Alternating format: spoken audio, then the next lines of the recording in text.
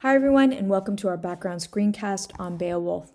I'm hopeful in the next few minutes to give you some background context so that you can appreciate and understand what's going on in this very cool epic poem. So first off, know that it is set in Northern Europe in Scandinavia, which currently consists of the area in present-day Norway, Sweden, and Denmark. In the time period that we're looking at on the right-hand side, you'll see the major players. The excerpt that we're looking at is going to be concerned with the Danes, those living in Denmark, and the Geats, the tribe living in southern Sweden. So we know that this area is populated by Vikings, also known as the Norsemen and the Northmen, and they consisted of all of Scandinavia, Denmark, the Geats in southern Sweden, the Swedes, and the Norwegians. And so you can see here on this page a picture of a Viking that would have looked similar to the individuals that we're going to encounter in Beowulf. Now, this was a stratified society, so the communities that we're looking at had a king, thanes, freemen, and then the enslaved, individuals who are captured in raids. We're going to be mostly concerned with the relationship between the king and his thanes.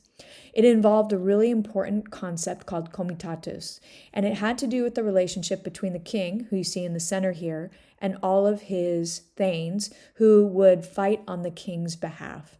So comitatus is the bond of duty between a man and his lord, or a thane and his king. And what it involved is that the thane, or the man, would fight on behalf of the king, and the king, in appreciation, would bestow boons, prizes, and gifts to show his appreciation. And so it was a sacred bond, and we're going to see that in the excerpt we're looking, specifically at the bond between Beowulf and Hrothgar. Now, Viking life was a very violent life, but it was also a celebratory life, and the mead hall was the center of everything. You see here a picture of individuals enjoying a lot of food and a lot of drink and a lot of merriment. And so there was a lot of joy, in part because the Vikings realized that life was transitory, and they really had a good concept of what they called weird, or fate, knowing that one's life could end at any minute. So there was a sense of let's eat, drink, and be merry because we're not sure how long we're going to be on this life. And part of that is a reflection of the fact that this was a very violent society.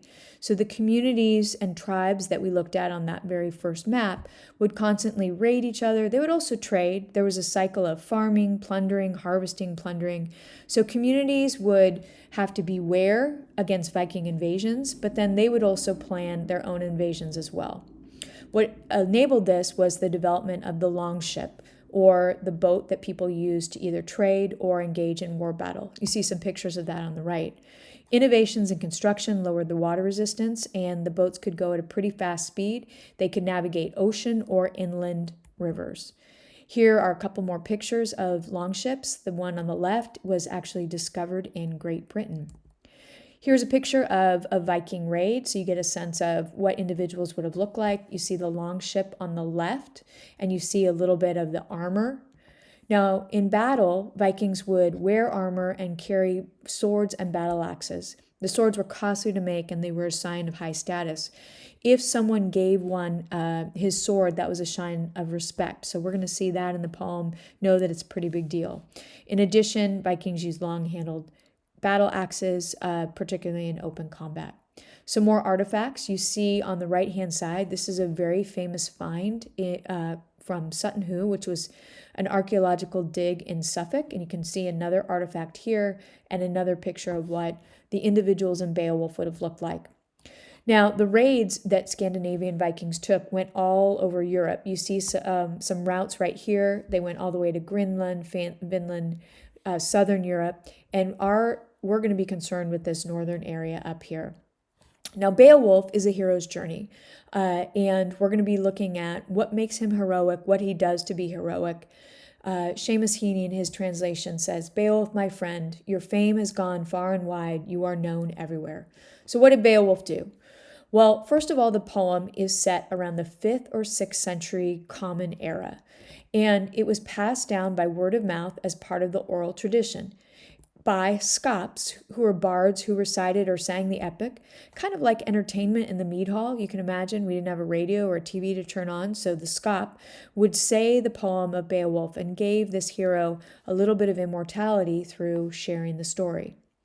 It was written down between the 8th and 11th century Common Era, and we don't know who the author is. It was probably a scribe somewhere in Britain, and it's considered the oldest epic written in English.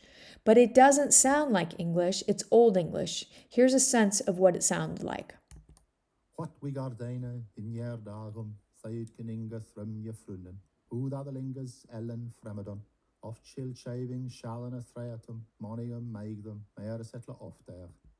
Now, obviously, we're going to be reading a translation, but what's important here is that since it wasn't written down until 1100 Common Era, around that time period, and it was probably written down by a religious scribe, we're going to see not only the Norse pagan mythology that was present around the 5th century passed down by word of mouth, but we're going to see some combination with Christian traditions as well.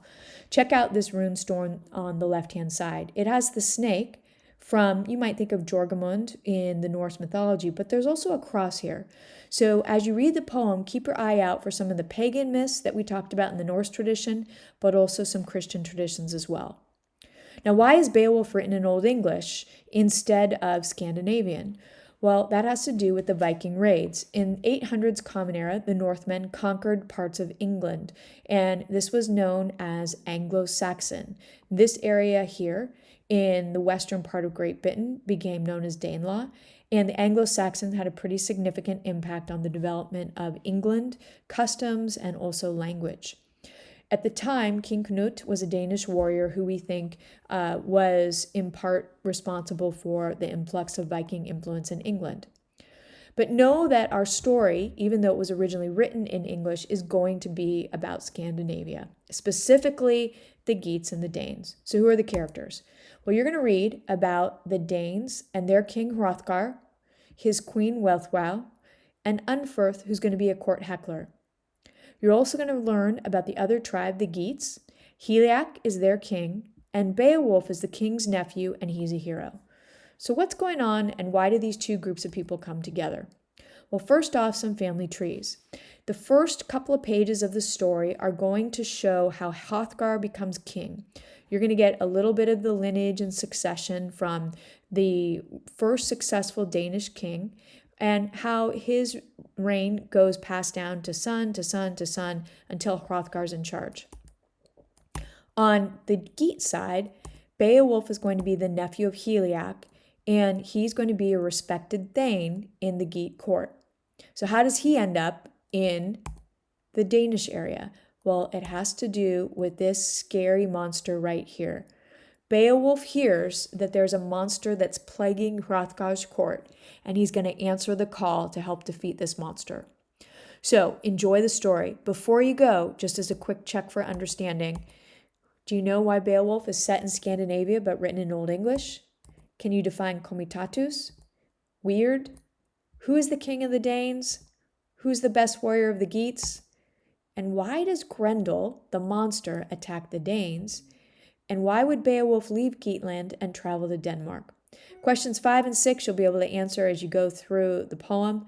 If you don't know the answers to the first 4, check out the screencast, go back and see if you can fill in the blanks. All right, everybody, enjoy the poem.